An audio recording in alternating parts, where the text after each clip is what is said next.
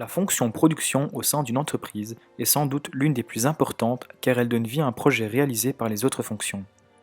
Pour rapidement comprendre le rôle de cette fonction, on entend par production ce qui est lié à la transformation de ressources en produits finis.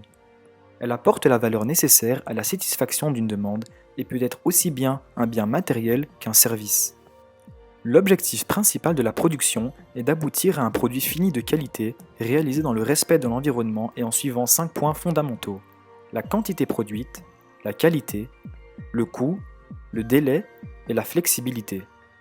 Si ces 5 conditions sont respectées, une entreprise a toutes ses chances d'être un acteur majeur au sein de son domaine d'activité.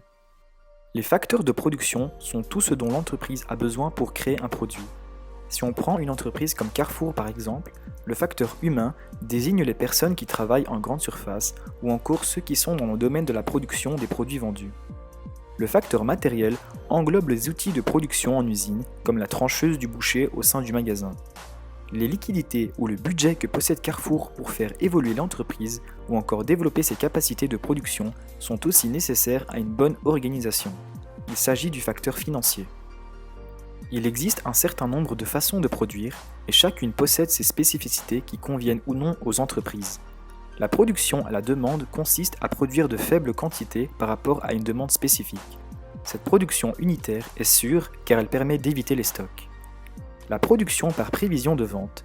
Ce mode de vente s'effectue de deux manières différentes: en continu sans que le processus de production ne s'arrête, ou alors en discontinu où la chaîne de production peut stopper sans causer de soucis. La relation client est un mode de vente qui, grâce à des études de marché, peut anticiper la demande d'un produit et donc faire de grosses quantités qui seront progressivement écoulées. Deux choix de stratégie s'ouvrent aux entreprises quant à la production d'un produit. Premièrement, il y a la stratégie d'internationalisation qui consiste à faire soi-même le produit ou le faire fabriquer ailleurs avec une stratégie d'externalisation. La question de localisation dépendra de différents facteurs qui détermineront si celle-ci sera plutôt nationale ou internationale.